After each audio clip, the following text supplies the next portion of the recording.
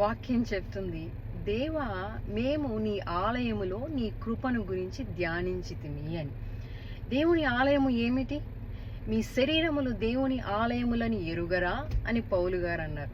అలాగే సంఘము కూడా దేవుని ఆలయమే. కనుక సంఘములో వాక్య సందేశము కానీ మీరు వాక్యం చదివేటప్పుడు మీరు ఆలోచించాల్సింది, మీరు ధ్యానం చేయాల్సింది, మీరు లక్ష్యం ఉంచాల్సింది దేవుని యొక్క కృప కనికరమును గురించియే. కానీ నా లోపం ఏమిటి, వాడి లోపం ఏమిటి, వాడి బలహీనత ఏమిటి, వాడిలో పాపం ఏమిటి, దీనిలోంచి ఎలా బయటపడాలి అని కాదు, ఎన్నటికీ కానేరదు.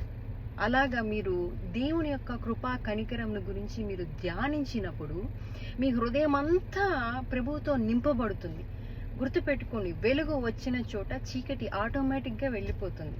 కనుక ఎప్పుడైతే మీ హృదయములు ఆయన ప్రేమతో నింపబడతాయో బలహీనతలు, పాపములు, బంధకాలు, ప్రతి ఒక్క అంధకార సంబంధమైనటువంటి పరిస్థితులు అన్నీ నీలో నుంచి, నీ కుటుంబంలోంచి, ఆ చుట్టు పరిసర ప్రాంతాల్లోంచి ఖచ్చితంగా విడిచి వెళ్ళిపోతాయి. కనుక పాపమును గురించి కాదు, ప్రభువైన యేసుక్రీస్తు వారిని గురించి ధ్యానించండి.